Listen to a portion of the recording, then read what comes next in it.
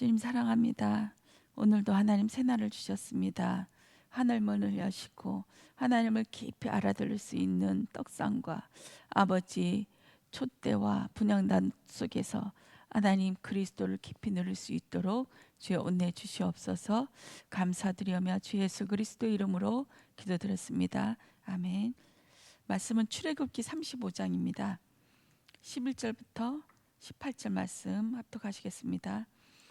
곧 성막과 천막과 그 덮개와 그 갈고리와 그 널판과 그 띠와 그 기둥과 그 받침과 중거개와 그 채와 속죄소와 그 가리는 휘장과 상과 그 채와 그 모든 기구와 진설병과 불 켜는 등잔대와 그 기구와 그 등잔과 등유와 분향단과 그 채와 간유와 분향할 향품과 성막문의 휘장과 번제단과 그 놋 그물과 그 채와 그 모든 기구와 물두멍과 그 받침과 뜰의 포장과 그 기둥과 그 받침과 뜰문의 휘장과 장막 말등의 말뚝과 뜰의 말뚝과 그 줄과 이렇게 성막 안에서 어떻게 물건들을 만들고 또 이것을 어떻게 제사 지내며 또 이것을 통해서 하나님이 말씀하시는 것을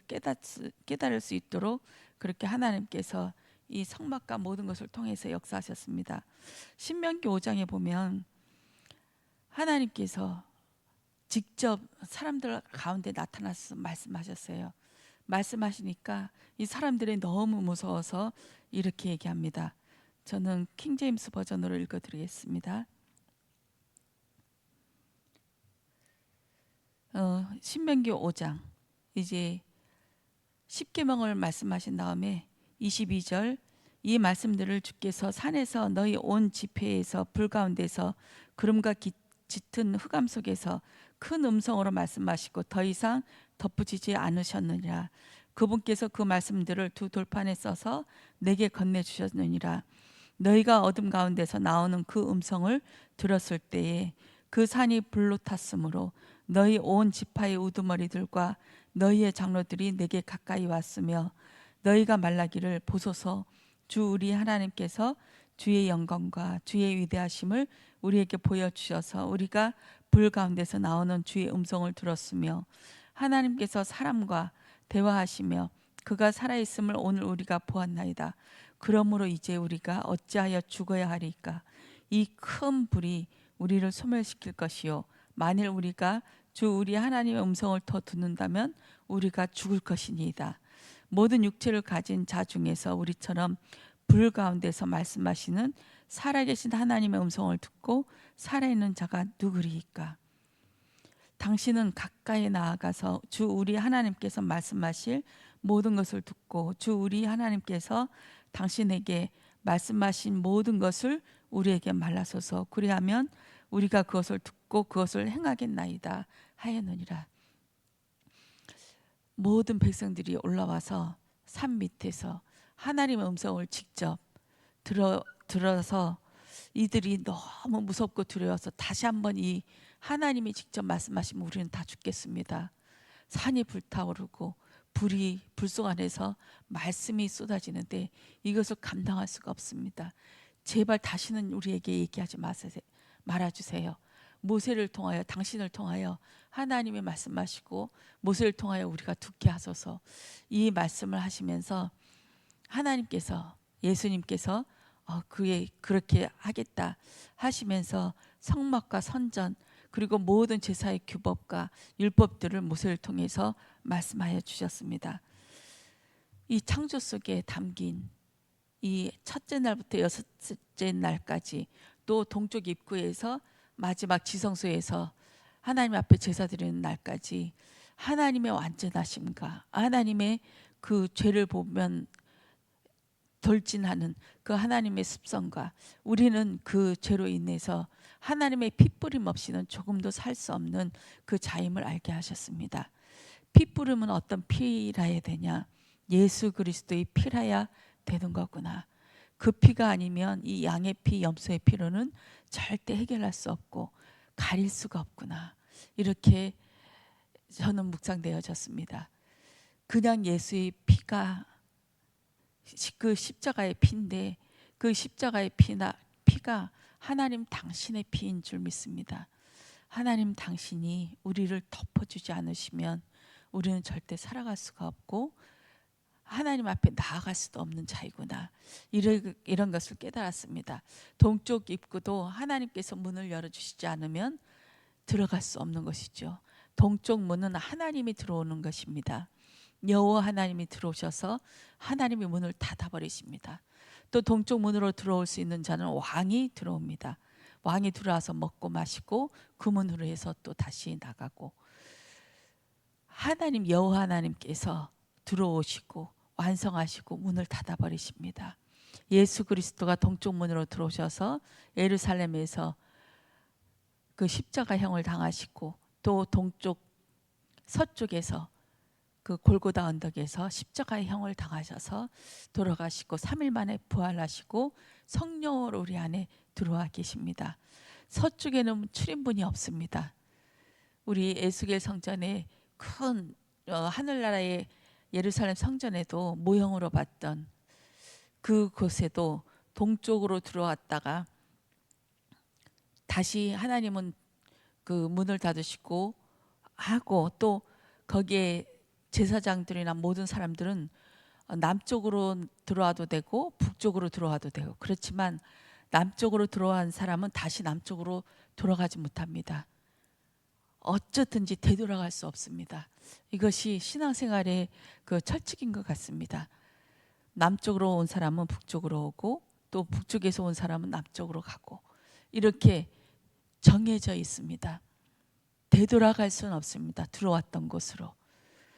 예전의 모습으로 돌아갈 수 없는 우리의 죄 문제, 사단의 문제, 하나님 떠난 문제를 하나님이 해결하셨기 때문에 그 문제를 들어오면 분명히 해결되고 점점점 전진적으로 하나님 앞으로 나갈 수 있는 그 은혜의 본질을 가지고 있습니다.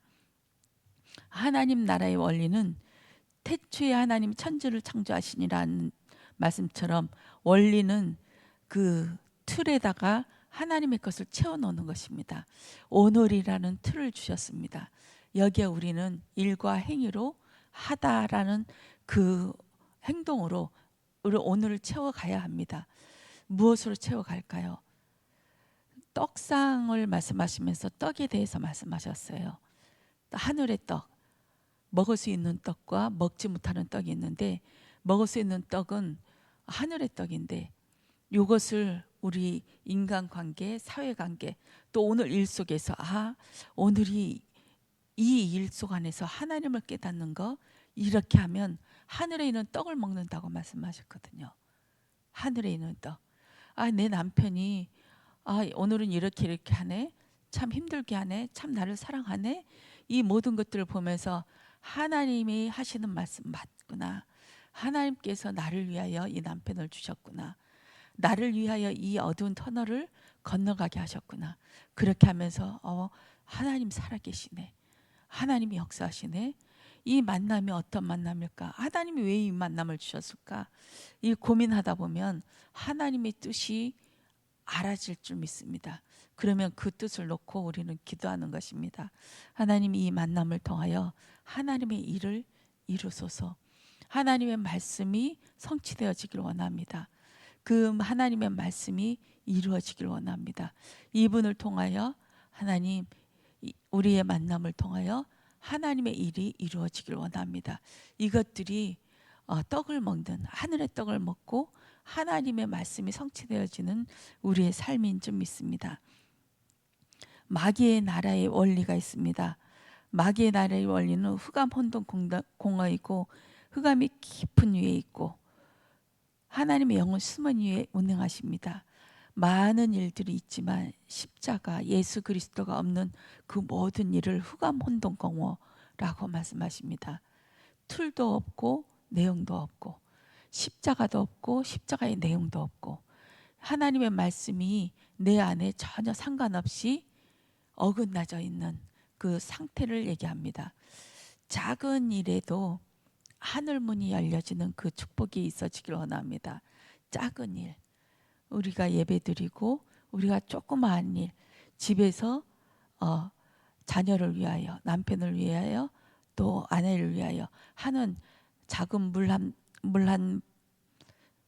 한 컵, 아니면 식사 대접, 또 아니면 좋은 말, 이 모든 것들이 작은 일인데 그 일에 하늘문이 열려지길 원합니다.